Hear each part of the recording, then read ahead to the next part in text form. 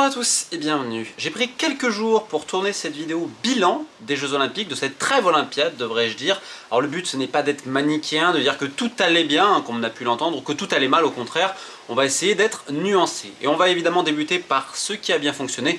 Et en premier lieu, ce sont les Français. Ce sont tout simplement tous ces gens qui se sont rendus dans les épreuves sportives et qui ont contribué à donner une ambiance absolument incroyable, qui a d'ailleurs été saluée par exemple les basketteurs de NBA, hein, les Durant, etc.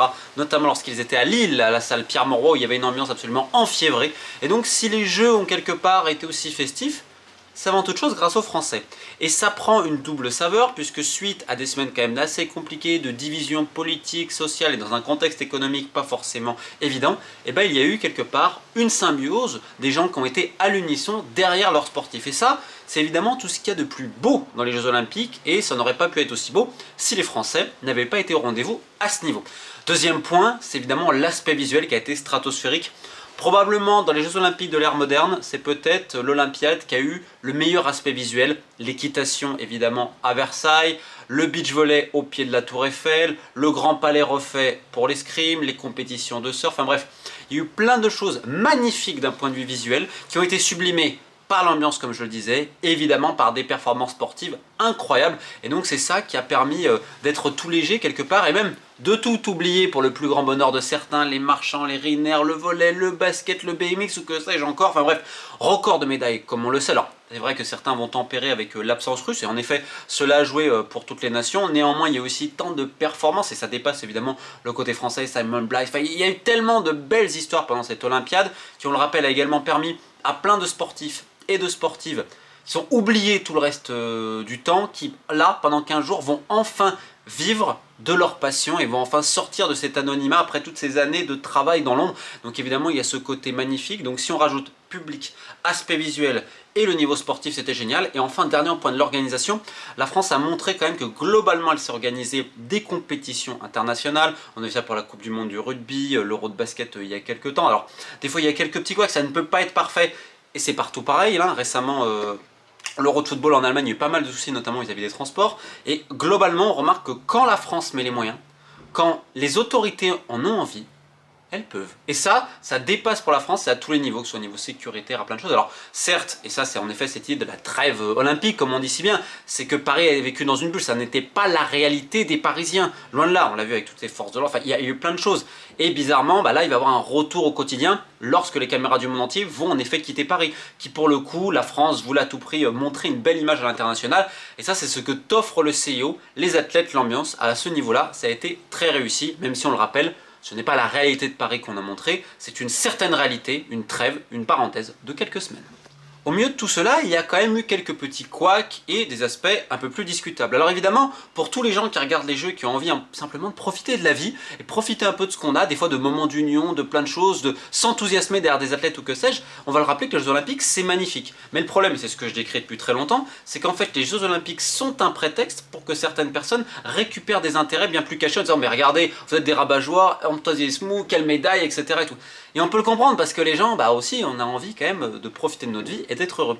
Et dans le véritable premier, mais le premier, ça ne concerne même pas Paris 2024, c'est le système global de l'olympisme. On rappelle que le CIO ferme les yeux sur les comités olympiques nationaux, donc qui sont affiliés au CIO, notamment du Liban, du Nigeria, là où ça a été honteux. Rendez-vous compte qu'une athlète nigériane, une sprinteuse, son comité avait oublié de l'inscrire, donc c'est toutes ces années de travail pour rien, parce qu'en fait on a des gens complètement incompétents qui malheureusement bien souvent ont des intérêts qui ne sont absolument pas ceux des athlètes mais simplement de s'enrichir et d'avoir du pouvoir, et font ça. Au Liban pareil, une politisation absolument énorme, il y a eu ce problème, j'en avais réalisé un article, mais on pourra parler de tant de comités olympiques iniques, la Tunisie par exemple, Haïti, le Burundi et j'en passe, le Mali également, enfin il y en a tellement, le Tchad aussi, qu'on va en parler justement ces prochaines semaines parce que c'est vraiment le moment, parce qu'en fait ils vivent d'Olympiades, ils vivent de subventions, ils vont en réclamer ailleurs et en fait ils sont presque intouchables, surtout lorsqu'il y a des médailles, donc il ne faut jamais oublier cela et que l'Olympiade elle est magnifique, mais je le rappelle, la majorité des athlètes du monde entier vivent dans la précarité, dans la pauvreté. Il y a encore récemment d'autres articles qui sont sortis à ce sujet au niveau international. Alors oui,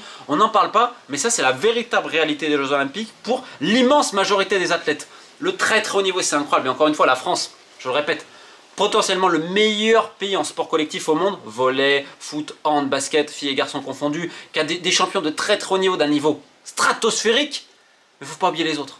en France ou ailleurs, la plupart ne vivent pas de leur sport-là, malgré tous les discours qu'on peut nous servir. Et ça, en fait, c'est le plus gros problème de cette Olympiade, c'est tout ce qui est caché. Aujourd'hui, on va encore donner des passes droits au sport. Alors là, j'ai même entendu que, en fait, non, les primes données par l'État, non, il ne faudrait pas qu'elles soient soumises aux impôts, etc. Donc comme si le monde du sport n'avait pas à se soumettre aux mêmes règles et aux mêmes lois que les autres citoyens français. À un moment donné, il va falloir arrêter le délire, parce que s'il y a eu quelques couacs et CRL, notamment en escrime, on faisait 10-12 médailles, notamment sans les Russes, il y en a eu 7, dont simplement une d'or. On rappelle que la fédération d'escrime a un trou de 1 million alors qu'elle est dopée d'argent public. L'ANS, ça on l'entend pas dans le bilan financier des Jeux, mais c'est une réalité. On peut parler de la lutte qui a été évidemment ridicule comme c'était prévu, parce que c'est même pas la faute des athlètes, c'est même pas la faute des lutteurs, c'est une organisation qui est catastrophique. J'en avais parlé sur Blast, on en fera une vidéo spéciale à ce sujet.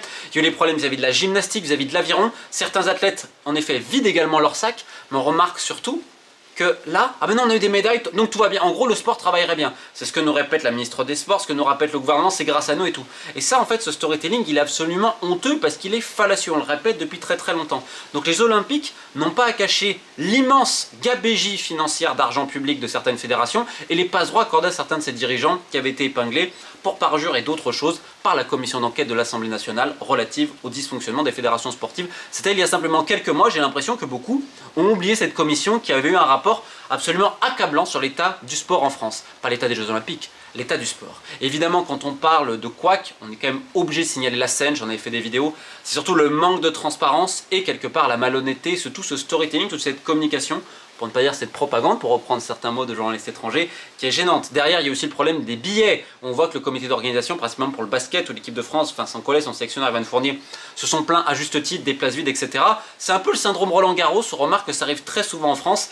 Dans le même temps, on parle de Jeux Olympiques populaires, quand tu vois les prix, notamment pour certains gros événements. Alors oui, il y en a certains qui peuvent se le payer, d'autres malheureusement non, c'est quand même un petit peu dommage. Il y a eu plein d'autres couacs. On pense à l'hymne national du Soudan du Sud, où en fait on a mis l'hymne du Soudan en basket, c'était quand même pas terrible, ça peut arriver un petit peu ailleurs. Il y a tout le problème vis-à-vis également des repas et toute la propagande qui s'en est suivie, il n'y a pas d'autre mot, avec Sodexo qui avait récupéré le contrat.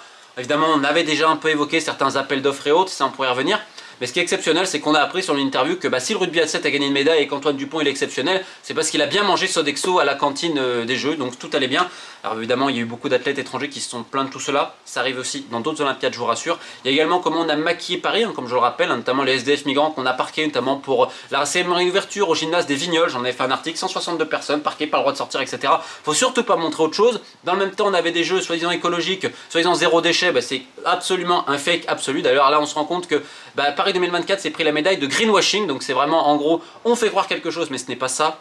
On rappelle ce qui était passé évidemment pour le corail à l'époque à Tahiti qu'on a cassé. La CGT qui se réveille enfin, qui est quand même pas tellement contente parce que le droit du travail a été complètement bafoué pendant cette Olympiade. Ça avait été voté et c'est aussi ce que veut le CIO. Je rappelle que les contrats de ville haute, donc tous les villes hautes, doivent signer un contrat où le droit du travail, vous pouvez vous asseoir dessus, ça ne pose pas de problème. Et dans le même temps, il y a eu des dépassements financiers, c'est là où ça va être intéressant, parce que d'une, il n'y a pas eu le ruissellement économique attendu pour beaucoup, comme à Londres. En fait, ce qui s'est passé à Londres, on le voit à Paris. Boris Johnson, à Londres, il avait demandé aux Londoniens de revenir d'ailleurs. Et c'est pour ça que vous avez vu, ah non, mais en fait, on aurait dû. Les Jeux Olympiques, ça se passe toujours globalement bien. Surtout dans des mégalopoles qui sont habitués à cela. Ce sont des grosses machines, il n'y a pas de souci. Sauf qu'en fait, les gens, ils partent. Notamment en plein été, etc. et tout. Donc le ruissellement, on pensait, pour la restauration, pour ci, pour là, ça n'a pas été au niveau attendu. Donc voilà, encore une fois, on a menti, les jeux ne payent pas les jeux. Et ne revendait le Canard enchaîné, qui avait quand même sorti quelques saucisses, il ne faut pas déconner sur le budget. Mais là, sort une info qui est capitale, c'est qu'en fait, vu qu'il y a eu des primes, des ci, des là, des budgets qui n'étaient pas attendus au début, et bien en fait on a liquidé d'autres postes, je crois 500 postes notamment pour certaines protections judiciaires, notamment liées à l'enfance, etc. Donc on voit bien les priorités, il faut que les jeux se passent magnifiquement, que les gens soient contents qu'il y ait des médailles à célébrer, et en douce, et ben qu'est-ce qu'on fait? On fait passer cela, et comme l'avait dit Emmanuel Macron, pour 2030, on rappelle que la France avec les Alpes, ce projet sans garantie financière, et bien immédiatement il faudra faire passer une nouvelle loi olympique qu'il demandera à son prochain Premier ministre de promulguer. Donc le constat il est simple, c'est une parenthèse, une trêve olympique, comme adore le dire le CEO, qui est nécessaire quand même pour les gens. Enfin, je veux dire, c'était magnifique pour la France, cette espèce d'union, cette communion. Honnêtement, le pays en avait bien besoin, sauf qu'en fait, il ne faut pas oublier que la parenthèse, elle est enchantée, elle est éphémère. Que le véritable problème, c'est comme pour la Russie à Sochi, c'est comme, moi je me rappelle de l'Égypte qui avait organisé la Coupe d'Afrique des Nations au pied levé il y a quelques années. Bref, pour plein d'États à travers le monde, le Brésil, les États-Unis, la Chine, en fait tout le monde.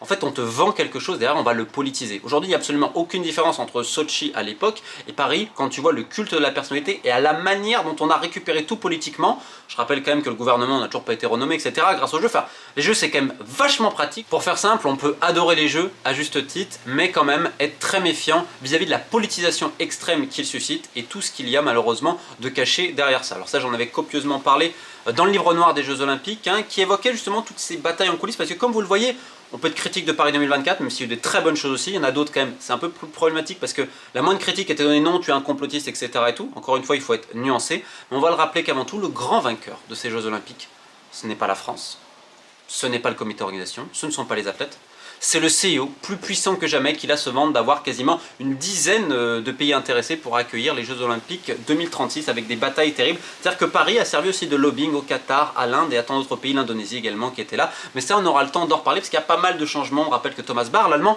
partira en mars 2025 après ses 12 années passées à la tête du CIO. Et un Français, notamment David Lapartien, patron du comité olympique français, est très intéressé. Parce que pour terminer, le recyclage, ça ne concerne pas simplement le tri sélectif, mais surtout les politiciens et a fortiori en matière de sport. Mais ça, ce sera pour bientôt. Merci à tous pour l'attention. Équipe de Faith.